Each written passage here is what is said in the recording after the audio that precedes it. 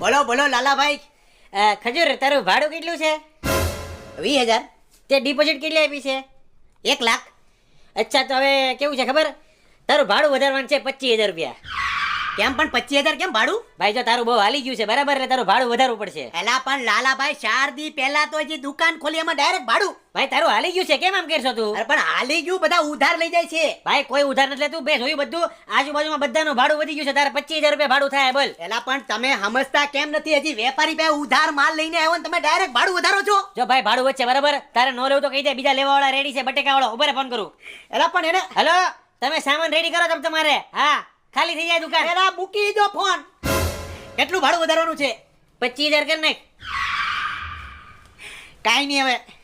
હારું હાલ તો ભાડું પગાડી દેજે બરાબર, અને 25 બરાબર છે, વ્યાજબી છે ભાઈ, વ્યાજબી. ઓકે,